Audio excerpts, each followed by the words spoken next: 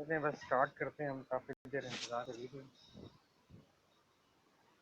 किसी ने lecture record करने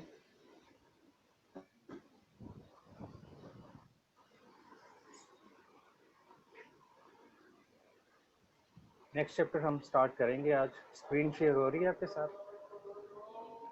जी सर, हो रही है सर। 1-2 मिनट ठहरे, अजान हो रही है, उसके बाद शुरू करते हैं।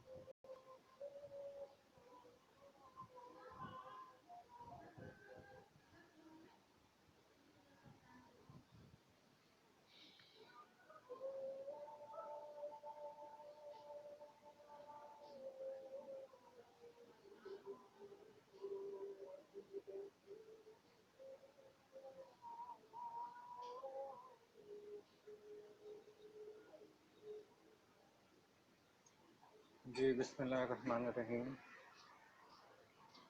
नेक्स्ट चैप्टर हम स्टार्ट करेंगे न्यूमेरिकल इंटीग्रेशन। हेलो, जी सर। आवाज़ आ रही है? हेलो यस सर, आ रही है। सर आ रही है। जी, न्यूमेरिकल इंटीग्रेशन। ठीक है, बात सिचुएशंस ऐसी होती हैं जहाँ पर हमें न्यूमेरिकली इंटीग्रेशन सॉल्व करनी होती है।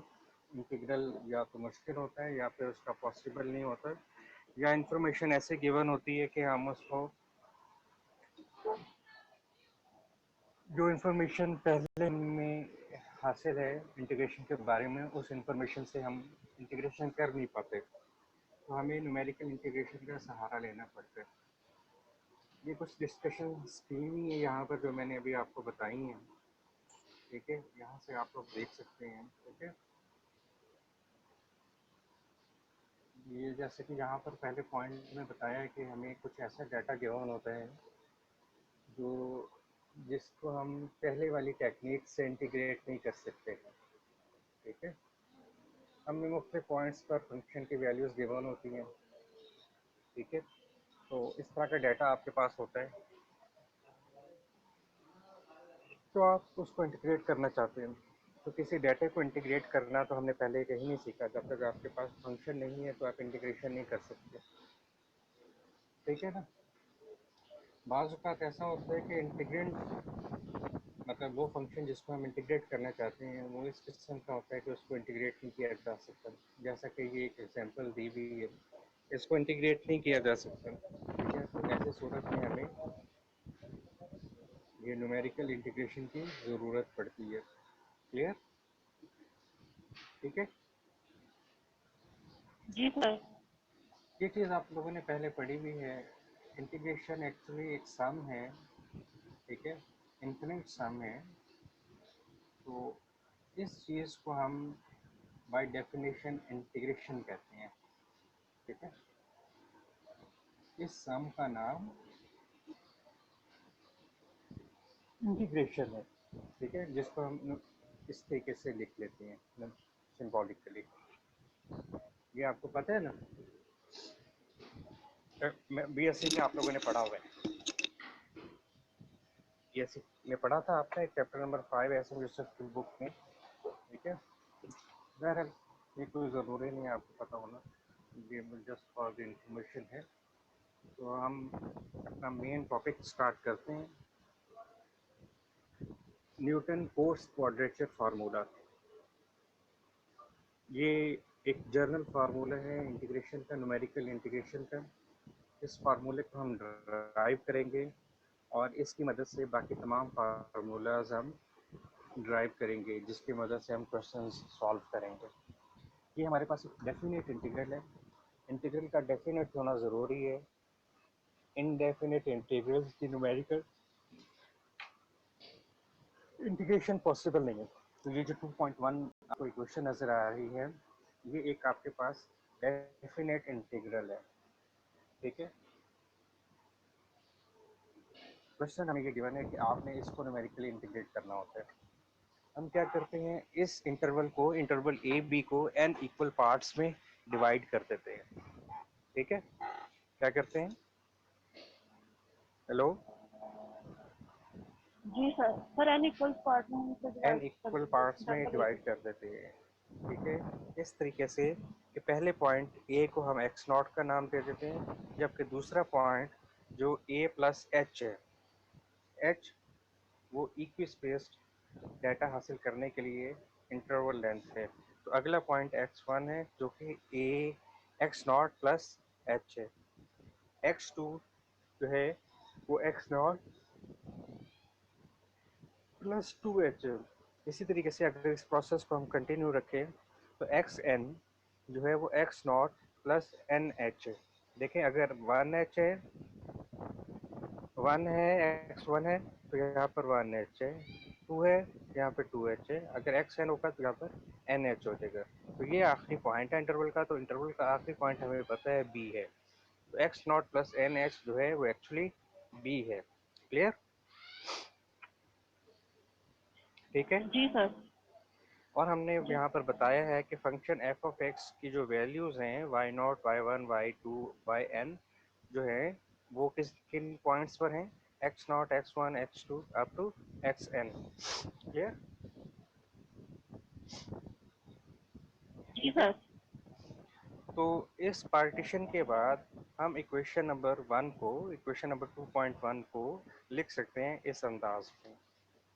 क्योंकि हमने कहा कि y जो है वो एफ ऑफ एक्स के बराबर है, तो एफ ऑफ एक्स लिख लिया है। हमने कहा a जो है वो एक्स नॉट के बराबर है, हमने एक्स नॉट लिख लिया। हमने कहा b जो है वो एक्स एन के बराबर है, तो हमने एक्स एन लिख लिया यहाँ पर। क्लियर?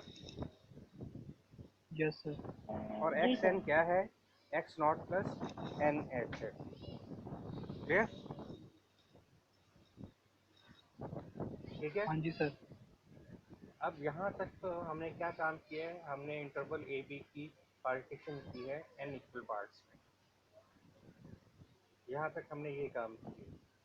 अगला काम ये होगा कि हम एफ ऑफ एक्स का एक इक्विवेलेंट पॉलिनोमियल फाइंड करेंगे। देखिए, एक अप्रॉक्सीमेट पॉलिनोमियल फाइंड करेंगे जो कि एफ ऑफ एक्स से अप्रॉक्सीमेटली इक्वल होगा। तो पॉलिनोमियल अप्रॉक्सीमेशन हमने पिछले कोर्स में पढ़ी है, न्यूमेरिकल क्या कहते हैं, इंटरपोलेशन कहते हैं। ठीक है, इंटरपोलेशन में हमारा जो पहला मेथड था वो था Newton's forward difference interpolating scheme. याद है आपको? जी सर। तो आपको पता है Newton forward difference interpolating scheme use करते हुए पी ऑफ एक्स जो है वो अप्रॉक्सीमेटली एफ ऑफ एक्स के बराबर है। क्लियर? इसका क्या मतलब होता है? इसका मतलब ये होता है जी सर। एफ ऑफ एक्स और पी ऑफ एक्स अगर के हम डिफरेंट एक्स पर वैल्यूज फाइंड करें तो एफ ऑफ एक्स और पी ऑफ एक्स की वैल्यूज अप्रॉक्सीमेटली इक्वल आएंगी। ठीक है ना बात? और by using Newton forward difference interpolating scheme P of x जो है वो इसके इक्वल है। ये जो रिलेशन 2.3 है आपको नजर आ रहा है, ये यहाँ पर डेल्टा क्या चीज़ है? फॉरवर्ड डिफरेंस है। डेल्टा स्क्वायर क्या है? सेकेंड ऑर्डर फॉरवर्ड डिफरेंस है। क्लियर है ना बात? और यहाँ पे ये जो पी है वो क्या है? X minus x not over H. Clear? जी ठीक सर। है, कोई कंफ्यूजन? No sir. अब ये जो पी है ये हम 2 में पुट कर देंगे क्योंकि पी जो है वो अप्रॉक्सीमेटली एफ के बराबर है। तो हम इस एफ की जगह पर ये पी सब्स्टिट्यूट कर देंगे। क्लियर? जी सर। ठीक है, ये हमने सब्स्टिट्यूट कर दिया। अब हमें पता है कि ये जो पॉलिनोमियल है ये पी पर डिपेंड करता है। तो पहले क्योंकि integration with respect to x हो रही थी, अब हमने क्योंकि वेरिएबल चेंज कर दिया और अब जो है पॉलिनोमियल, ठीक है, वो पी पर डिपेंड कर रहा है। ठीक है, तो यहाँ पर यहाँ से हम डी एक्स फाइंड करेंगे तो डी एक्स किसके इक्वल आएगा? जहाँ पर मेरा कर्सर है ये पी और एक्स में रिलेशन है, तो यहाँ से मुझे बताएं डी एक्स किसके इक्वल आएगा?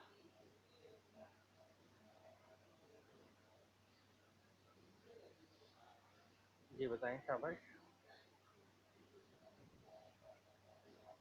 Sir H D P. H D P के बराबर आएगा। तो यहाँ पर हमने जब पॉलिनोमियल सब्स्टिट्यूट किया तो डी एक्स की जगह पर एच डी पी आ जाएगा। अगले स्टेप में एच क्योंकि कांस्टेंट है बाहर आ जाएगा और यहाँ पर डी पी रह जाएगा। अच्छा, अब यहाँ पर लिमिट्स भी चेंज हो रही हैं।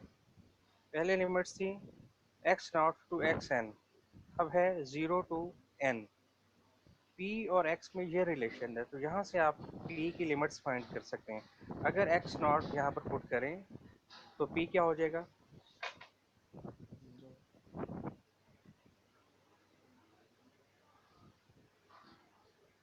पी क्या आएगा?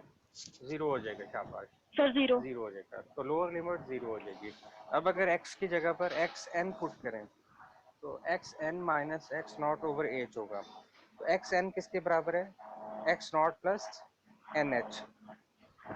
ठीक है ना? एक्स एन किसके बराबर है? X nought plus n h. तो यहाँ पर x nought plus n h put करेंगे, एक्स नॉट कैंसिल हो जाएगा, एच एच से कैंसिल हो जाएगा और पी क्या आ जाएगा? एन आ जाएगा। तो यहाँ पर क्या आ जाएगा? एन आ जाएगा। Clear? Ji ji sir. Sir.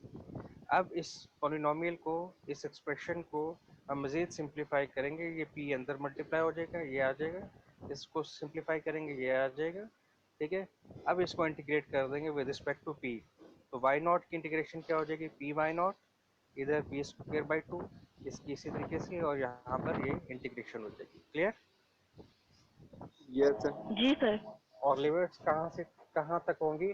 0 to n। Upper limit n यहाँ पर पुट करेंगे तो यहाँ जहाँ जहाँ p है वहाँ पर n आ जाएगा। और लोअर लिमिट 0 पुट करेंगे तो ये सब कुछ 0 हो जाएगा। ये भी 0, ये भी 0, ये भी 0, सब कुछ 0 हो जाएगा। तो जस्ट ये p की जगह पर क्या आ जाएगा? n आ जाएगा। क्लियर? ठीक है, कोई confusion? No, no sir. Sir. अच्छा, ये जो पिछली मैंने आपको दिखाया है, ये P ऑफ एक्स को मैंने डेल्टा 3 तक लिए है, ठीक है। डेल्टा 3 तक लेकर मैंने इसको सॉल्व किया, लेकिन मुझे यहाँ चाहिए ये डेल्टा 6 तक। तो ये डेल्टा 4, डेल्टा 5, डेल्टा 6 तक मैंने इस पॉलिनोमियल को यहाँ पर सॉल्व करके इसका रिलेशन सोल्यूशन लिख दिया है। क्लियर? Okay sir. इसको हम कहते हैं न्यूटन कोट्स क्वाड्रेचर फार्मूला। जी सर। अब यहाँ पर n की डिफरेंट वैल्यूज हम यहाँ पर सब्स्टिट्यूट करेंगे तो हमें इंटीग्रेशन के डिफरेंट फार्मूलाज मिलेंगे। और पहला फार्मूला है हमारे पास ट्रेपेजॉइडल रूल। ट्रेपेजॉइडल रूल जो होता है वो n इज इक्वल टू 1 के लिए हम फाइंड आउट करते हैं। ट्रेपेजॉइडल रूल में n जो है, n stands for number of intervals. Number of intervals जो है वो 1 हो सकता है या फिर मल्टीपल ऑफ 1 हो सकता है। और मल्टीपल ऑफ 1 क्या होते हैं?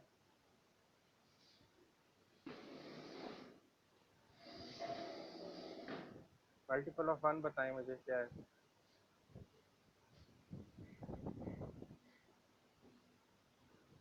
One, two, three, four, five, six, ये तमाम नंबर्स जो हैं ये मल्टीपल ऑफ 1 है,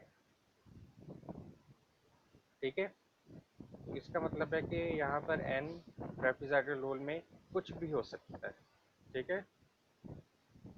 कम से कम 1 जी होगा, जी सर। ठीक है। तो पहला interval 0 to x0 to x1 है, ठीक है। तो ये फर्स्ट इंटरवल है, ठीक है ना। जब हमने पीछे पार्टीशन की थी तो पहले दो पॉइंट्स क्या थे? x0 to x1। इसमें इंटरवल एक ही है, ठीक है। क्लियर? तो इस जी सर। फार्मूले में हमने n की जगह पर 1 पुट किया, यहाँ पे भी 1 पुट करेंगे, यहाँ पर भी 1 पुट करेंगे। अब अगर n आपके पास 1 हो तो फिर डेल्टा स्क्वायर, डेल्टा 3 वगैरह ये सारे एग्जिस्ट ही नहीं करेंगे, ये पॉसिबल ही नहीं है, ठीक है, कि इनको फाइंड आउट किया जा सके, ठीक है। ये मुमकिन नहीं है। मैं आपको पीछे एक टेबल दिखाता हूँ,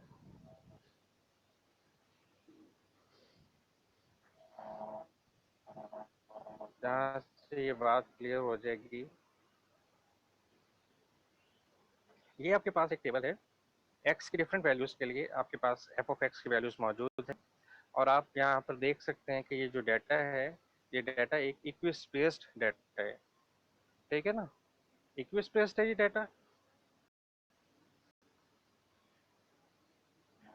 जी सर। बताएं, यस सर। x वैल्यूज़ को देखकर बताया जा सकता है कि डाटा इक्विस्पेस्ड है या नहीं है। तो क्या है इनमें डिस्टेंस? 0.1, 0.1, सर शाबाश, 0.1। ठीक है ना। तो यहाँ पर जो डिस्टेंस है वो 0.1 है। अब उसने कहा है कि इसका डिफरेंस टेबल बनाएं, तो ये डिफरेंस टेबल है इसका। n और x की डिफरेंस टेबल बनाने के लिए ज़रूरत नहीं होती, ये वैसे ही लिखे हुए हैं यहाँ पर, आप समझें।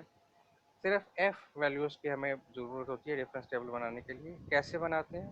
नीचे वाली वैल्यू में से ऊपर वाली वैल्यू को हम माइनस कर देते हैं। तो 2.037 में से 1.841 को हमने माइनस किया तो ये आ गया। इसी तरीके से ये कैसे मिलेगा आपको? 2.19 में से क्या माइनस करेंगे? 2.037, ठीक है ना। इसी तरीके से नीचे वाली में से ऊपर वाली को माइनस करेंगे तो ये आपके पास वैल्यू आ जाएगी। क्लियर? तो ये फर्स्ट ऑर्डर डिफरेंसेस आए हैं, ठीक है। अब डेल्टा स्क्वायर कैसे मिलेगा? इसमें से इसको माइनस करते हैं, 0.155 में से 0.195 माइनस करते हैं। क्लियर? Yes sir. जी अब सर। मुझे ये बताएं, अगर आपके पास 2.19 जो है, 2.19 अगर ये ना हो तो क्या आप ये वैल्यू फाइंड कर सकते हैं? No sir. No sir. नहीं कर सकते। डेल्टा स्क्वायर होने के लिए आपके पास 3 वैल्यूज़ का होना ज़रूरी है। अगर आपके पास 3 वैल्यूज़ नहीं है तो डेल्टा स्क्वायर नहीं आएगा, ठीक है ना। जी सर बिल्कुल।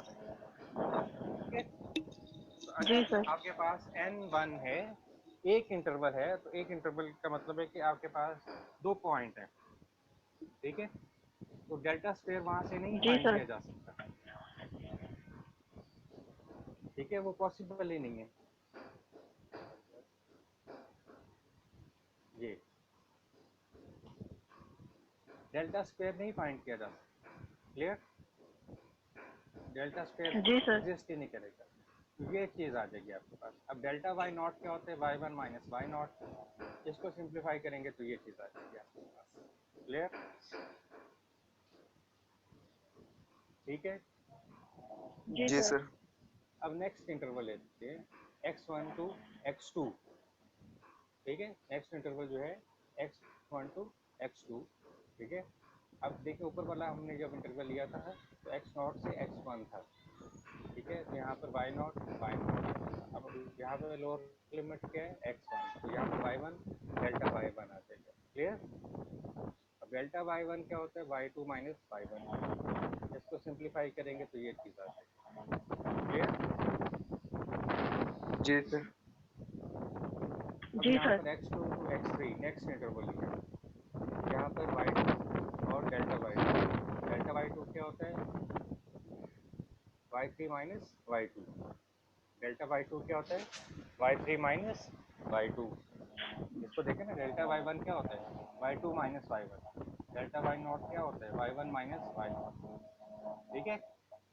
इसको जब सिंप्लीफाई करेंगे तो ये जी एक्सप्रेशन सर। आएगा। इसी तरीके से अगर लोअर लिमिट हो आपके पास xn minus one to xn, ठीक है, तो यहाँ पर क्या आएगा, yn minus one plus yn, sir. Bye. ठीक है ना। जी सर। जी सर। इन तमाम इंटीग्रल्स को अगर हम ऐड करें, ठीक है, ये जो पीछे हमने फाइंड किए हैं इसको, ये जो सारे हैं इनको ऐड करें तो इसका सम जो है वो एक्चुअली क्या होगा, x0 टू xn, ऐसे ही होगा ना। जी सर। तो अब आप देखें, ये इनकी वैल्यूज हमने पुट कर दी जो पीछे फाइंड की हैं अभी हमने, इसमें अगर आप गौर करें तो क्या चीज़ कॉमन है, ये बताएं सर क्या sir common x by h 2 पर। x कम। Yes. है, h/2 कॉमन है, शाबाश। और देखें पूरे एक्सप्रेशन में y नॉट जो है वो रिपीट नहीं हो रहा, इसके अलावा yn भी रिपीट नहीं हो रहा, तो जो रिपीट नहीं हो रही वैल्यूज उनको हम सबसे पहले लिख लेंगे y0 प्लस yn, जबकि y1 y2 y3 yn minus one जो है ये 2 टाइम्स रिपीट हो रहे हैं, ठीक है। तो y1 प्लस y1 क्या हो जाएगा, 2y1, y2 प्लस y2 क्या हो जाएगा, 2y2, वो इसमें से कॉमन आ जाएगा 2, तो इसको हम कहते हैं कंपोजिट ट्रेपेजॉइडल रूल। क्या कहते हैं, कंपोजिट ट्रेपेजॉइडल रूल। और ये उस वक्त अप्लाई किया जा सकता है जब n मल्टीपल ऑफ 1 हो, और n क्या होता है, n क्या है आपके पास, सर 1। सर 1। n n किसे कहते हैं, 1 तो है, n का h क्या चीज़ है,